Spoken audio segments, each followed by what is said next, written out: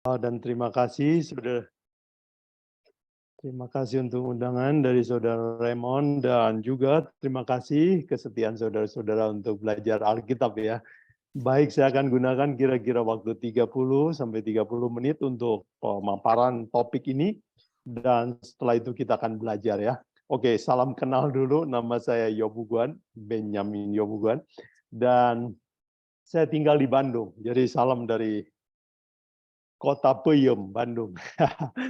Baik, kita akan belajar sebuah topik yang menarik, topik yang kontroversial, topik yang menjadi perdebatan di dunia agama.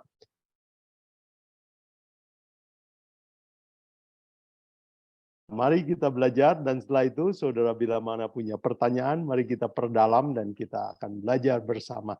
Baik, izinkan saya untuk share screen.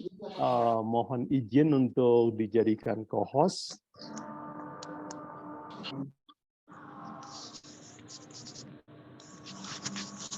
Oke, sudah Om. Oke, thank you. Baik, saya kira sudah tampil ini ya. Iya. Oke. Kontroversi iman dan hukum Taurat ya. Baik, kita akan mulai. Dan ini pukul 7:10. Oke. Baik. Outline pelajaran kita saya bagi 3 bagian saja, yaitu nomor 1 kita akan belajar kontroversi iman dan hukum Taurat. Yang kedua, kita akan mencari rekonsiliasi atau mendamaikan kontroversi ini. Dan yang ketiga, kita akan melihat harmoni antara iman dan hukum Taurat ya. Nah, saudara sekalian, baik, kita akan belajar yang pertama adalah kontroversi antara iman dan hukum Taurat. Nah, kalau saudara lihat gambar ini, menurut saudara, ini sedotan air minum ini lurus atau patah? Nah, inilah yang saya maksud dengan kontroversi ya. Seringkali kita punya persepsi pendapat yang berbeda karena latar belakang kita, pengetahuan kita ya, jumlah jam belajar kita, sehingga kita itu berpendapat berbeda. Benda ini pasti mempunyai satu kebenaran, tetapi penafsirannya bisa bermacam-macam ya. Baik, saya ingin memberikan contoh bahwa di Alkitab ada banyak juga kontroversi yang seperti sedotan tadi ya, terutama yaitu iman dan hukum Taurat. Baik, mari kita ambil contoh nomor 1 kontroversi ya. Tentang iman dan hukum Taurat terdapat dalam buku Roma. Nah, kebanyakan kontroversi ini muncul dari buku Roma, Galatia, tulisan Paulus ya.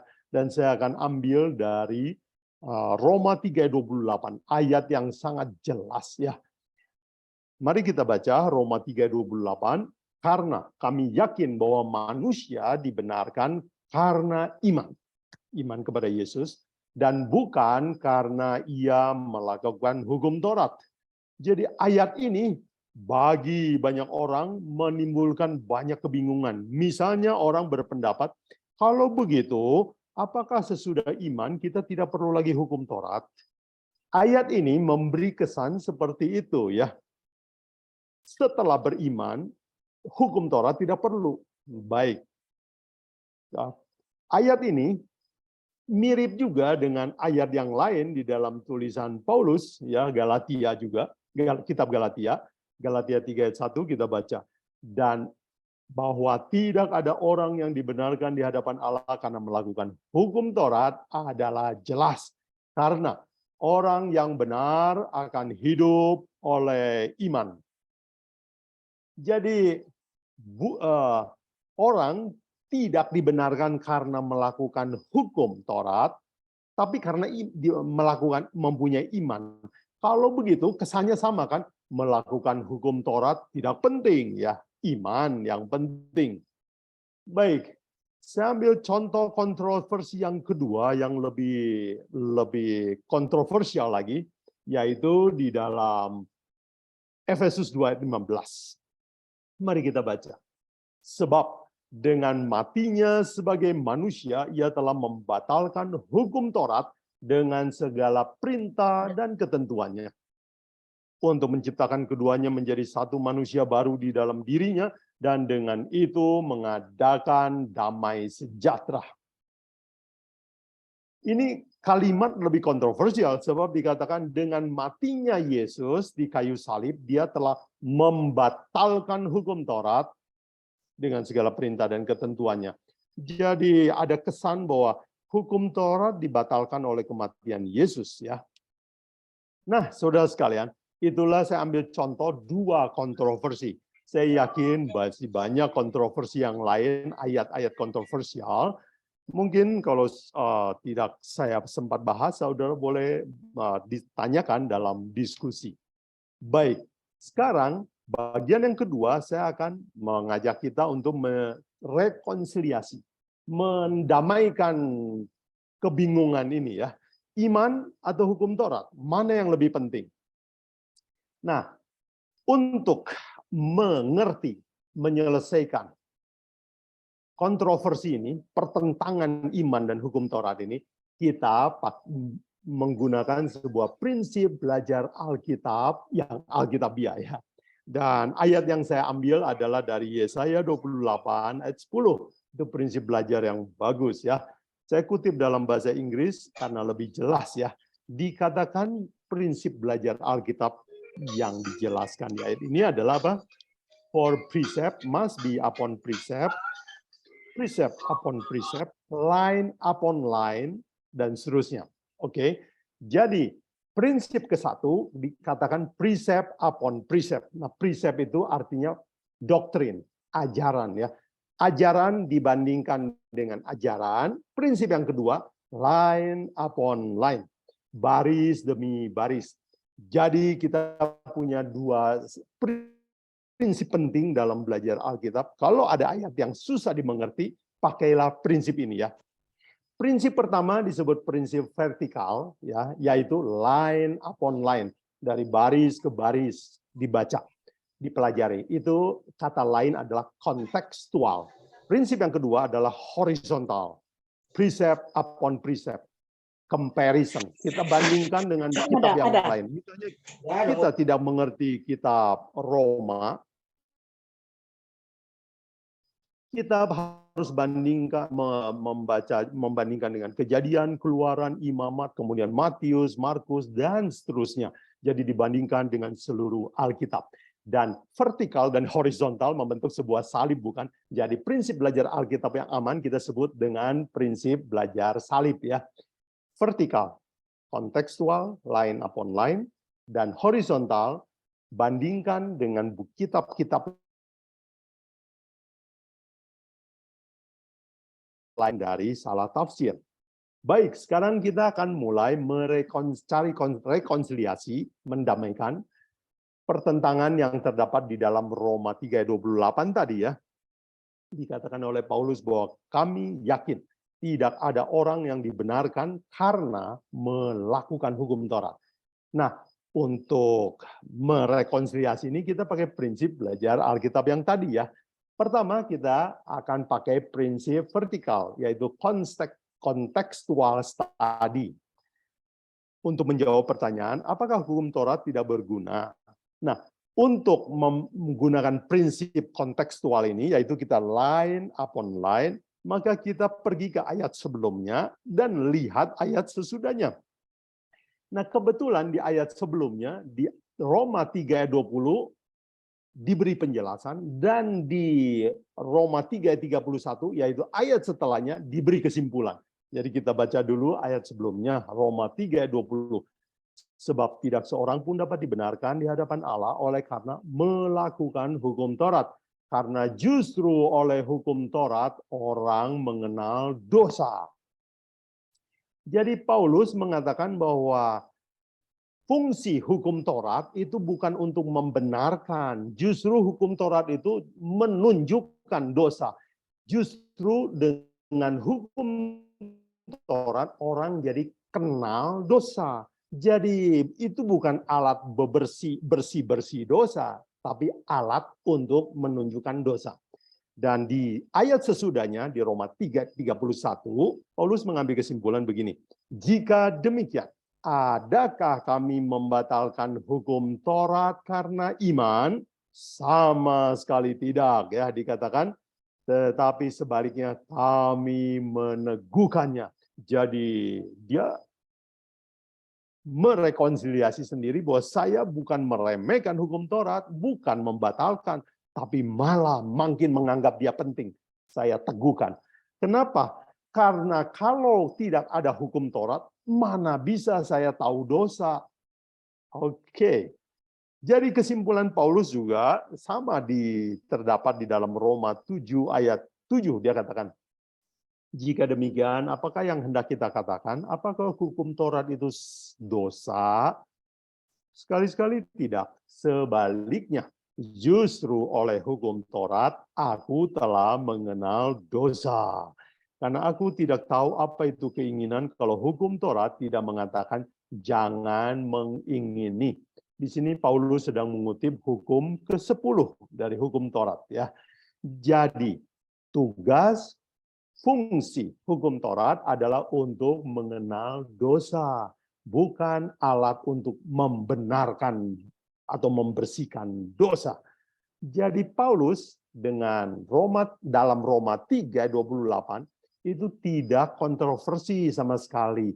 Dia sedang membicarakan fungsi hukum, ya. Fungsi hukum Taurat adalah menunjukkan dosa, tidak dapat membersihkan dosa. Hanya iman terhadap jasa pengorbanan Yesus yang bisa menghapus dosa. Begitulah isi dari kitab Roma.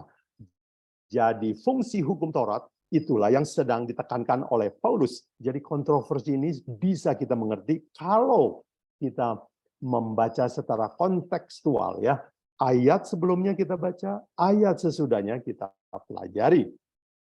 Nah, kita lanjut saudara sekalian. Untuk memberi ilustrasi yang lebih mudah kita mengerti adalah cermin dan air, ya. Cermin adalah sebuah alat untuk mengetahui kekotoran kita, bukan? Pertanyaan, apakah cermin itu bisa membersihkan noda saya? Jawabannya tidak.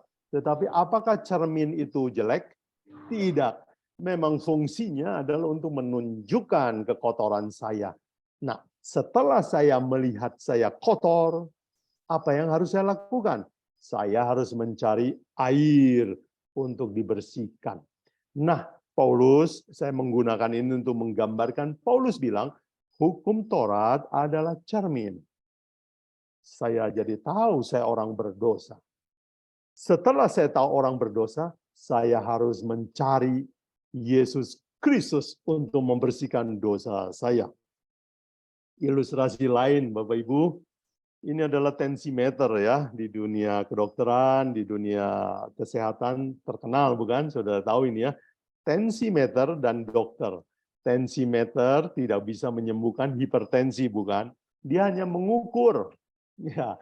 Jadi ya kalau ada yang marah-marah ya sama tensimeter itu pasti dia kurang mengerti, ya. Tensimeter memang tujuannya untuk menunjukkan tensi. Nah, kalau saya hipertensi, apa yang saya lakukan? Oh, saya harus mencari seseorang. Seseorang itu bernama dokter. Dan dokter akan menyuruh kita untuk setelah diobati, dia akan suruh kita periksa lagi tensinya. Jadi, dari tensi pergi ke dokter. Dokter suruh kita tensi lagi.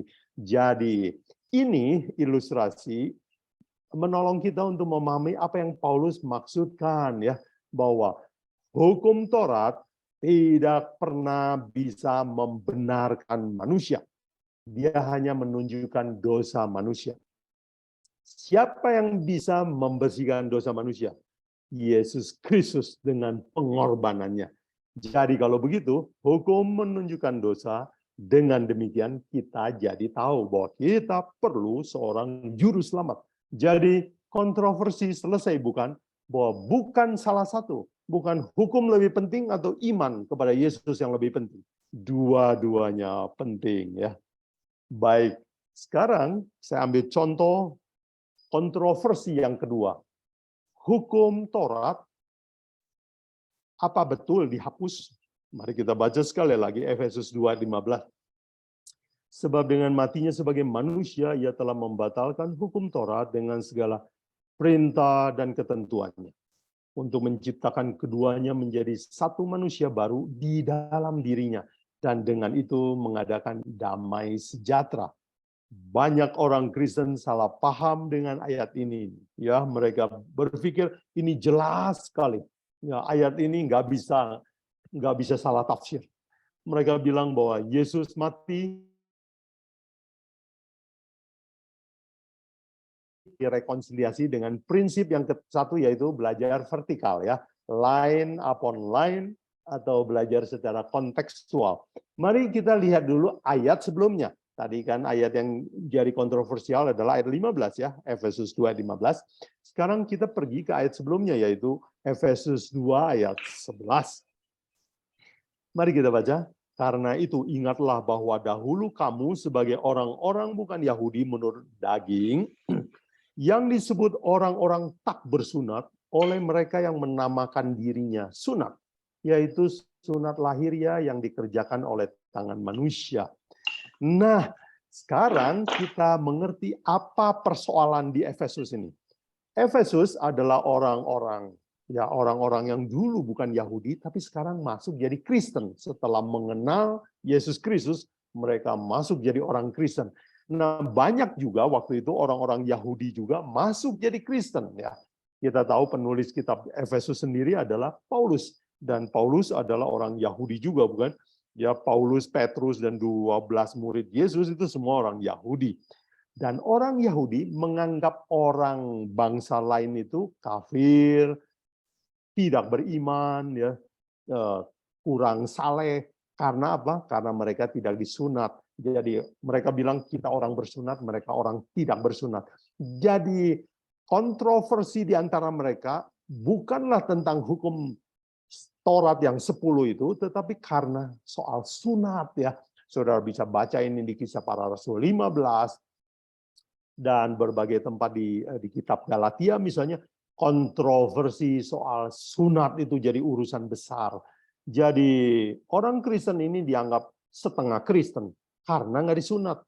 Jadi Paulus bilang, dulu kamu kan ya bukan, karena itu dahulu kamu kan bukan orang Yahudi secara daging, ya, dan kamu disebut tidak bersunat. Oke. Nah, Paulus juga di dalam ayat 12 dan 13 lanjutkan bilang begini, bahwa waktu itu kamu tanpa Kristus tidak termasuk dalam kewargaan Israel, tidak dapat bagian dalam ketentuan yang dijanjikan, tanpa pengharapan dan tanpa Allah di dalam dunia. Tetapi sekarang di dalam Kristus Yesus, kamu yang dahulu jauh telah menjadi dekat oleh darah Kristus. Jadi apa artinya, saudara sekalian? Paulus bilang, oh kamu dulu itu ya bukan orang yang punya pengharapan. Tapi sekarang kamu setelah kenal Yesus Kristus, kamu dulu jauh jadi dekat. Kamu yang tidak bersunat dianggap bersunat karena kamu bertobat. Dan memang sunat itu adalah lambang pertobatan, ya.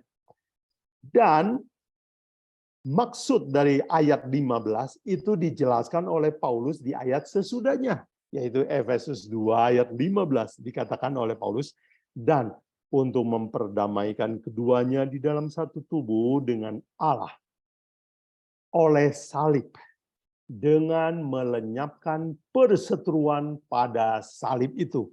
Jadi perseteruan apa? Soal sunat, ya, soal upacara agama, ya, soal potong domba, soal hari raya, soal upacara-upacara tetek bengek agama, itu perseteruan ini katanya, kata Paulus, sudah didamaikan di atas kayu salib. Jadi dua pihak yang berseteru ini direkonsiliasi di atas kayu salib. Dengan cara apa? Ayat tadi bilang, dengan cara membatalkan hukum Taurat dengan segala perintah dan ketentuannya. Nah, sekarang kita mau mencari. Oke. sekarang kita mengerti bahwa yang disebut perseteruan oleh Paulus itu adalah soal sunat, bukan soal 10 hukum. Nah sekarang untuk mencari solusi kita coba pakai prinsip horizontal, yaitu comparison. Kita bikin perbandingan dengan kitab Efesus sendiri. Apakah benar 10 hukum yang Paulus bilang sudah dibatalkan? Coba kita lihat Efesus 4. Tadi Efesus 2 ya. Sekarang kita pergi ke Efesus 4. Paulus bilang dalam Efesus 4, 25, 28, dan pasal 6 ayat 2 dikatakan begini. Karena itu buanglah dusta. Oh, jangan berdusta. Di dalam 4 ayat 28 Paulus bilang, orang yang mencuri, janganlah yang mencuri lagi. Jangan mencuri. Hukum ke-8. Efesus 5 ayat 3. Tetapi percabulan dan rupa-rupa kecembaran, jangan ada, disebut pun jangan di antara kamu. Jadi jangan cabul, jangan zina. Hukum ke-7. Kemudian di dalam Efesus 6 ayat 2, Paulus bilang, hormatilah ayah ibumu. Ini Paulus sedang bicara apa ini? 10 hukum ya. Kalau Paulus di dalam Efesus 2 membatalkan hukum, masa dalam Efesus 4, 5, 6 dia bilang turutilah 10 hukum. Jadi kalau begitu dengan membandingkan kita mengerti bahwa Paulus bukan menghapus hukum Taurat, tetapi apa yang dihapus. Nah, sebagai comparison, kita juga harus cek bahasa asli ya. Seringkali terjemahan itu nggak begitu persis ya, pas. Memang saudara sekalian, menerjemahkan bahasa itu luar biasa sulit ya. Ada istilah-istilah yang memang susah untuk pas ya dalam bahasa lain. Coba kita lihat dalam bahasa Inggris ya dan bahasa asli. Dalam bahasa Inggris dikatakan yang sudah diabolis atau yang sudah dihapus, dibatalkan dalam kematian Yesus adalah apa? Law of commandments contained in ordinances. Apa itu ordinances ya? Law of commandments contained in ordinances. Yang ada di dalam ordinances. Nah, ordinances dalam bahasa Greka itu asal katanya dogma ya. Hukum yang ada di dalam dogma. Nah, dogma dalam kamus Greka diartikan the rules and requirements of the law of Moses, carrying a suggestion of severity and threatened judgment. Jadi aturan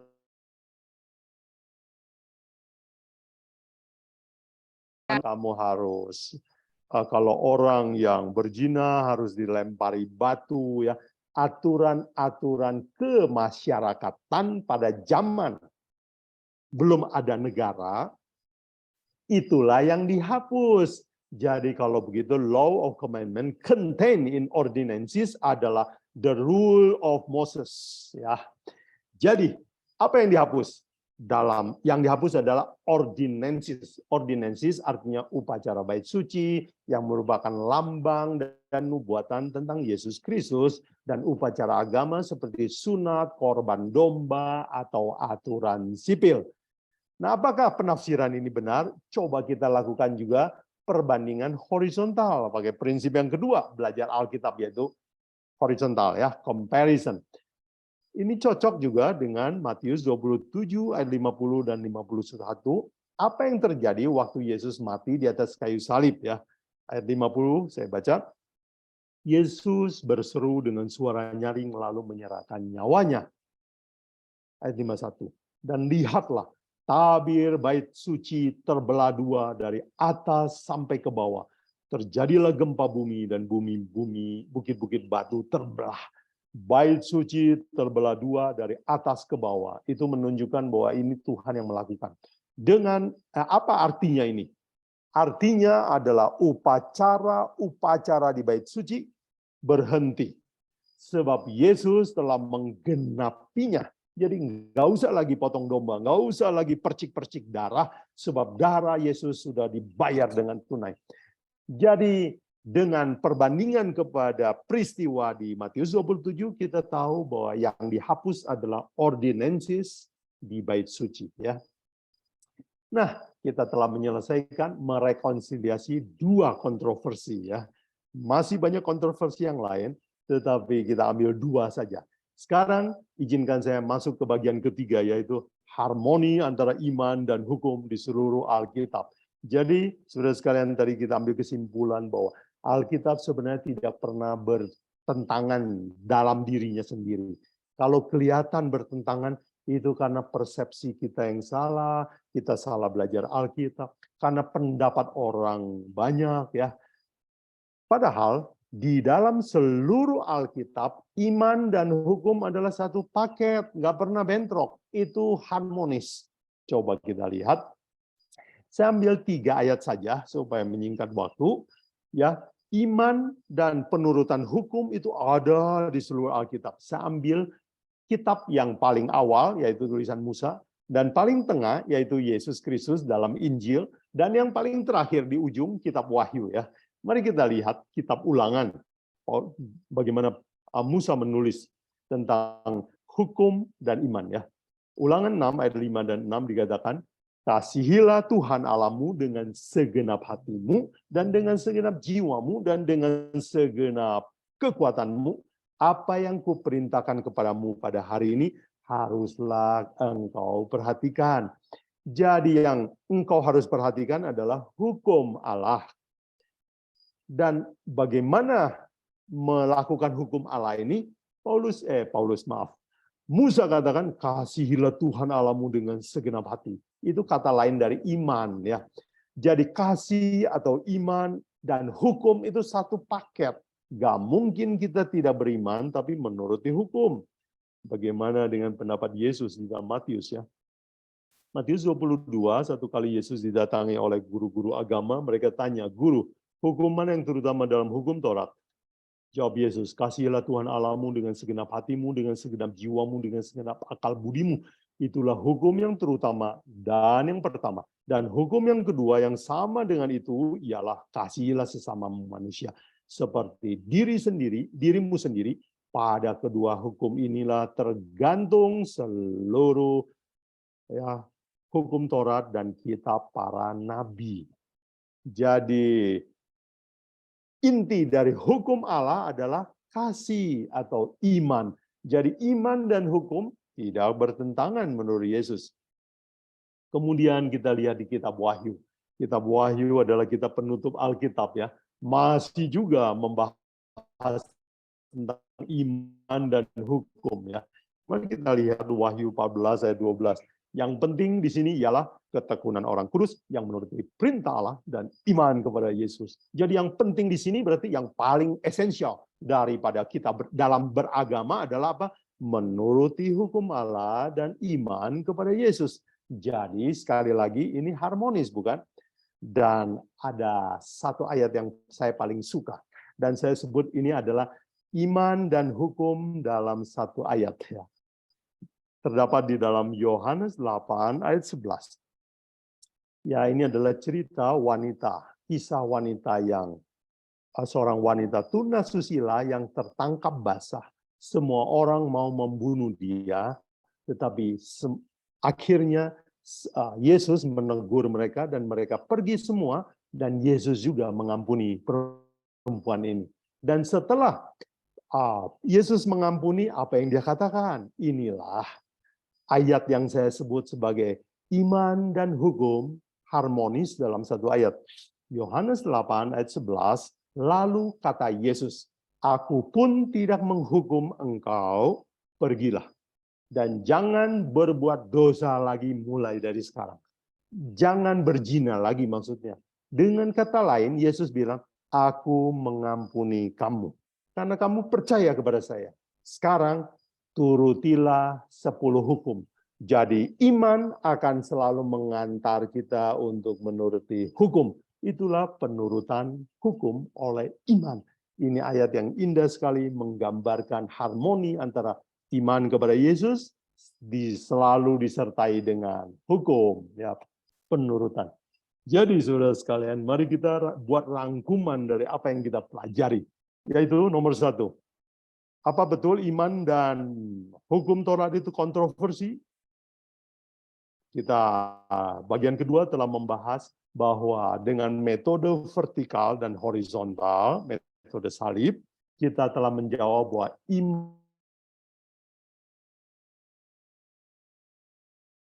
yang ketiga, ternyata iman dan hukum Taurat adalah harmonis sekali, saling melengkapi, satu paket, bukan pilih salah satu. Ini adalah sebuah paket lengkap.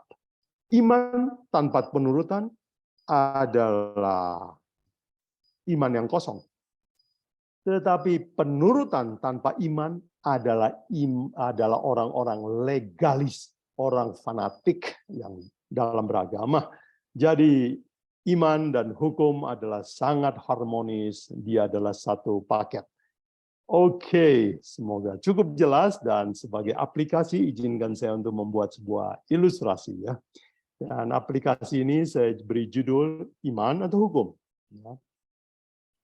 Kontroversi sebenarnya menurut Paulus adalah di dalam diri kita ya.